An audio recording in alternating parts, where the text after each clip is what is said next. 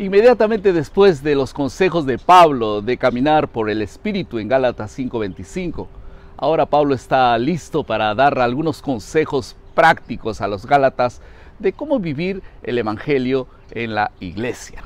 Entonces Pablo usa el ejemplo de la agricultura. Y entonces en el versículo 7 Pablo dice lo siguiente: todo lo que el hombre sembrare, esto también cosechará. Ninguna persona, por ejemplo, siembra lentejas y entonces cosecha papas. En otras palabras, la ley de la vida es que siempre nosotros cosecharemos lo que sembramos. Recuerda eso.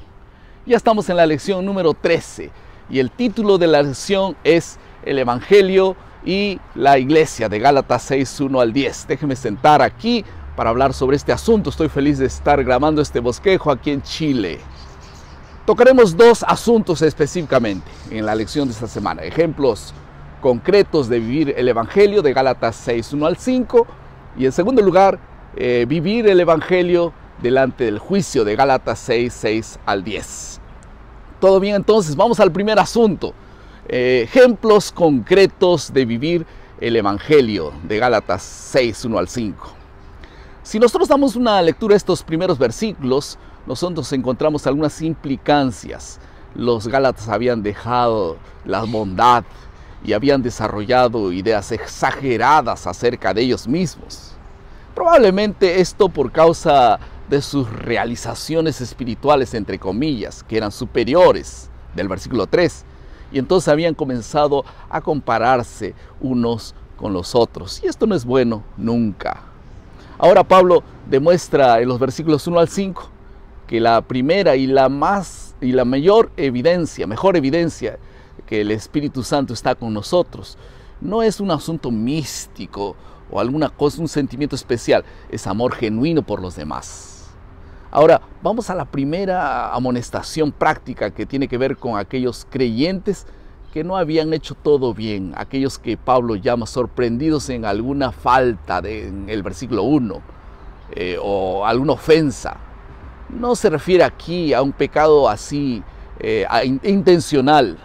No está hablando de personas rebeldes, y sí de cristianos sinceros que temporariamente cayeron. Y esas personas requieren restauración y no condenación. Claro que sí. Y Pablo parece agudamente consciente que una posición de justicia propia de los acusadores puede causar un daño mayor en la comunidad que la ofensa cometida por alguna de estas personas. Por otro lado, las personas guiadas por el Espíritu siempre expresarán un amante y sincero deseo de hacer el bien. Vivir en el Espíritu no es otra cosa que ser bondadoso con los demás. Esto es lo que refleja Dios en la vida de cada uno de nosotros. Ahora prestemos atención a lo siguiente. Pablo dice: así como Dios repetidamente nos ha restaurado, así también Dios quiere que nosotros ayudemos en la restauración de otras personas. Este es un principio maravilloso del Evangelio. ¿Saben?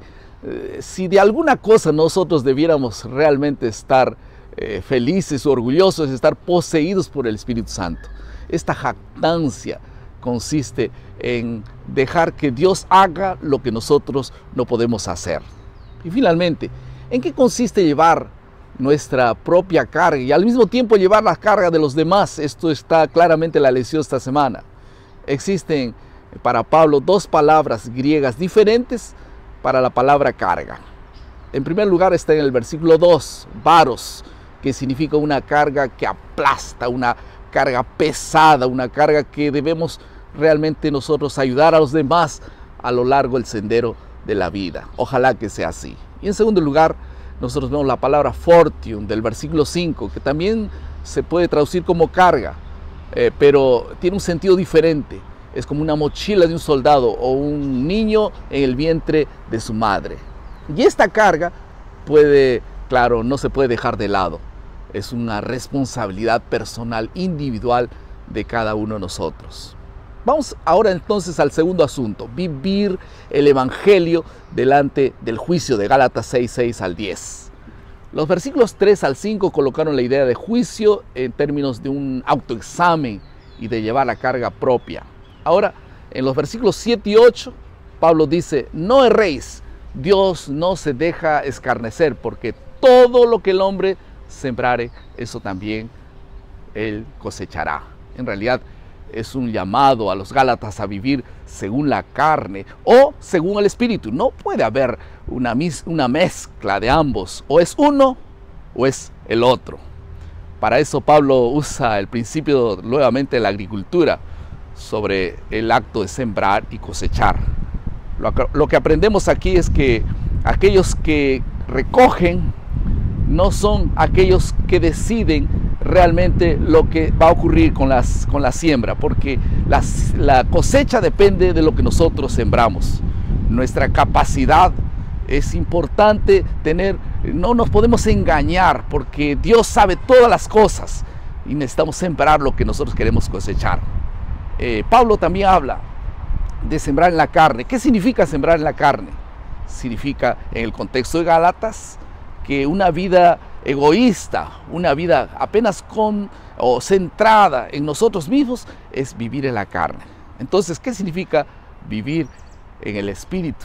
Es una vida contraria, vivir realmente despegados de nosotros y concentrados en Dios. Podemos resumir la lección de esta semana de la siguiente manera. La única manera en la que los creyentes podrían esperar la salud espiritual, tanto colectiva como individual, era distanciándose del espíritu de los judaizantes y adoptar plenamente el fruto del Espíritu de Dios, que producirá todas las alegrías del ser humano. Algunas aplicaciones al final de nuestro bosquejo. Solo si dejamos que Dios nos guíe nuestra familia, entonces nosotros comenzaremos a parecernos más con la familia de Dios, con la familia del cielo, que la familia de la tierra. Y otro asunto importante es que ojalá podamos nosotros tener más cuidado al corregir a los demás y sí ayudar en la restauración de los demás. Yo quiero terminar diciendo un asunto. ¿Saben ustedes que existen algunas cargas personales que nadie puede cargar, que solo Dios es capaz de cargar, como el peso de una conciencia culpada o el sufrimiento y la muerte? Para eso Dios puede llevar nuestras cargas. Mateo capítulo 11, versículo 28 al 30 dice, Jesús, venid a mí todos los que estáis cargados y cansados, que yo os haré descansar. Y entonces el desafío al final de esta lección es, tú puedes ser un alivio para alguien. En cuanto tú seas un alivio para alguien, Dios aliviará tus cargas también. Amén. Vamos a orar. Querido Padre, muchas gracias por tu palabra. Ayúdanos esta semana a poder cargar aquellas pesadas cargas de los demás. Y en cuanto tú, Señor, puedas aliviar nuestras propias cargas. En el nombre de Jesús. Amén. Muchas gracias por estar con nosotros. Recuerden nuestro lema, maná, cada día, cada uno, cada mañana es alimento para la vida. Que Dios te bendiga.